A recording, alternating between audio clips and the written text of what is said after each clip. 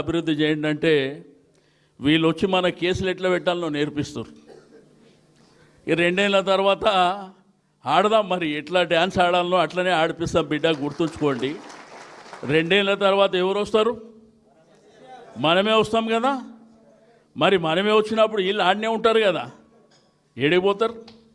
ఏడికి పోలేరు కదా. ఒక ప్రజాస్వామ్యం లోపల ప్రజలు అధికారం ఇచ్చినప్పుడు జాగ్రత్తగా పనిచేయాలి. నోటి తుల ఇష్టం ఉన్నట్టు అడ్డగోలుగా మాట్లాడితే మనకు రాదా? మనకు మాట్లాడడానికి రాదా? కొట్లాడడానికి రాదా?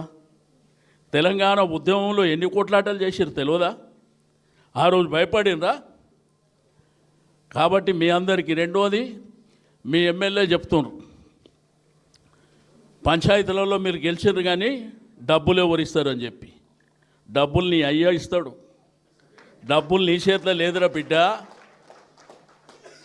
భారతదేశంలో అన్ని రాష్ట్రాల నుంచి వచ్చినటువంటి డబ్బులు కేంద్ర ప్రభుత్వం దగ్గర ఉంటాయి, పంచాయతీలకు డైరెక్ట్ వస్తాయి. మీరు పంచాయతీలో మీ వార్డు మెంబర్లు మీరు కూర్చొని తీర్మానం చేసి ఆ గ్రామంలో ఏ పని చేయాలంటే ఆ పని మీరే చేయొచ్చు తప్ప ఎవ్వడికి రాష్ట్ర ప్రభుత్వానికో ఎమ్మెల్యేకో మంత్రికో ముఖ్యమంత్రికో చెప్పవలసినటువంటి అవసరం లేదు అనేటువంటి విషయాన్ని మీరు గుర్తుపెట్టుకోవాలని చెప్పి నేను ఈ సందర్భంగా తెలియజేస్తూ ఉన్నాను.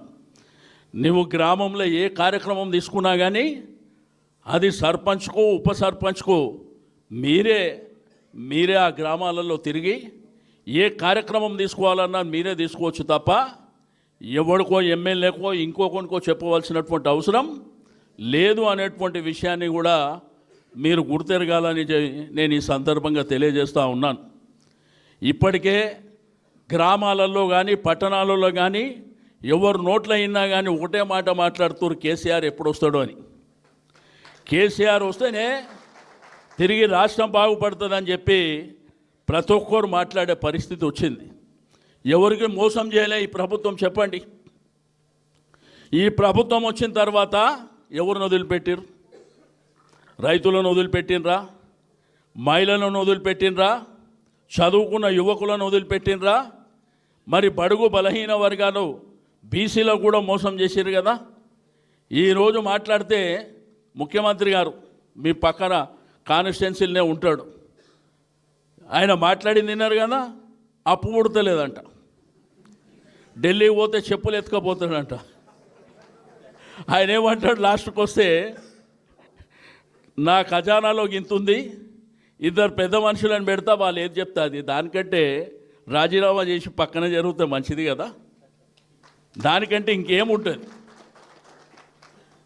కాబట్టి మీ అందరికీ నేను కోరేది ఒకటే, తప్పకుండా ధైర్యంగా మీరు ముందుకు వెళ్ళండి. నిన్న మొన్న దాకా దౌర్జన్యాలు చేసిండ్రు, ఇప్పటి నుంచి 7 దౌర్జన్యం చేస్తే మేమందరం ఆడికే వచ్చి కూర్చుంటామని చెప్పి నేను ఈ సందర్భంగా తెలియజేస్తూ ఉన్నాను. అరే ఎవరికి భయపడవలసినటువంటి అవసరం లేదు. పుట్టిన ఒకరోజు సస్తం ఒకరోజు.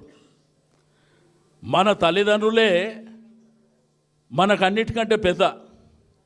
ఎవడో కుట్టంగాడు వచ్చి మన మీద దౌర్జన్యం చేస్తే వాడు 1 కొడితే 10 కట్టే శక్తి మనకుంది. ఈరోజు మన వైపున ఉన్నది ఎవరు? కేసీఆర్ గారు. కేసీఆర్ అంటే తెలంగాణ రాష్ట్రానికి, తెలంగాణ ప్రజలకు శ్రీరామ రక్ష అనేటువంటి విషయాన్ని నేను ఈ సందర్భంగా తెలియజేస్తూ ఉన్నాను. 65 సంవత్సరాలల్లో ఏ రోజన్నా కరెంట్ 24 గంటలు వచ్చిన సంఘటన ఉన్నదా? తెచ్చిండా ఎవడన్నా? రెండోది అరిగోస, తాగడానికి నీళ్ళు లేవు, సాగునీరు లేదు. బావి కాడికి పోతే చెరువు ఎండిపాయ, బావి కాడికి పోతే బావి ఎండిపాయ, చెరువు కాడికి పోతే చెరువు ఎండిపాయ. తాగడానికి బుక్కడి నీళ్ళు లేవు. బిందెలు పట్టుకొని కిలోమీటర్ల దూరం తిరుగుతుంటే కేసీఆర్ గారు, నా ఆడబిడ్డలు బిందెలు పట్టుకొని కిలోమీటర్లు తిరిగే అవసరం లేదు, మిషన్ భగీరథ ద్వారా ఇంటింటికి నీళ్ళు ఇస్తా అని ఇచ్చిండా లేదా?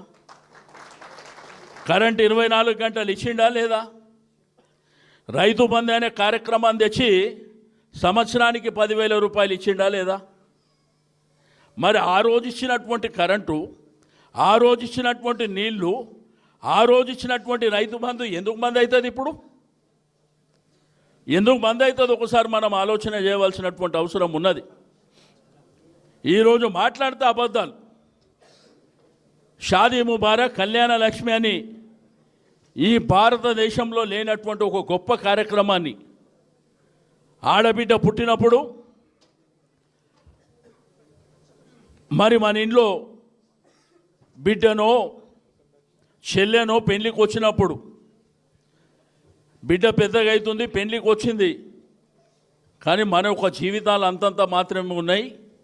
ఆమె కట్నం పెట్టాలంటే చాలా ఖర్చు అయితే అంటే ఆ రోజు కేసీఆర్ గారు ₹1,00,000 ఆడబిడ్డ పెళ్లికి ఇచ్చినటువంటి మాట వాస్తవం కదా? ఇచ్చింది మన దగ్గర ఉన్నది కదా. అదేవిధంగా గ్రామీణ ఆర్థిక వ్యవస్థ బలోపేతం కావాలని, కుల వృత్తులని బ్రహ్మాండంగా ప్రోత్సహించాలని అనేకమైనటువంటి కార్యక్రమాలు వారు తీసుకున్నారు. పిల్లలు బ్రహ్మాండంగా చదువుకోవాలని గురుకుల పాఠశాలలు తెచ్చాడు, బీసీ వెల్ఫేర్ పాఠశాలలు తెచ్చాడు. ఈ విధంగా అనేకమైనటువంటి కార్యక్రమాలు చేసిండు. కానీ కేసీఆర్ గారి ప్రభుత్వంలో ఇది జరగలేదు అని ఎవరన్నా గుండె మీద చేసుకొని చెప్పమని చెప్పండి. అనేకమైనటువంటి కొత్త కార్యక్రమాలు. కానీ ఆ రోజు ఏంటంటే కొన్ని నియోజకవర్గాలలో మా ఎమ్మెల్యే మమ్మల్ని సరిగ్గా చూస్తలేడని, మా ఎమ్మెల్యే సరిగ్గా మాట్లాడతలేడని, మా ఎమ్మెల్యే ఓడిపోతే మంచిదని కేసీఆర్ గారు మాత్రం ముఖ్యమంత్రి ఉండాలి, ఎమ్మెల్యే మాత్రం ఓడిపోవాలని కొన్ని జాగాలలో కొంతమంది ఎమ్మెల్యేలను ఓడగొట్టుకున్నాం. మరి ఎమ్మెల్యేలు ఓడిపోయిన తర్వాత కేసీఆర్ ముఖ్యమంత్రి కాలేడు కదా.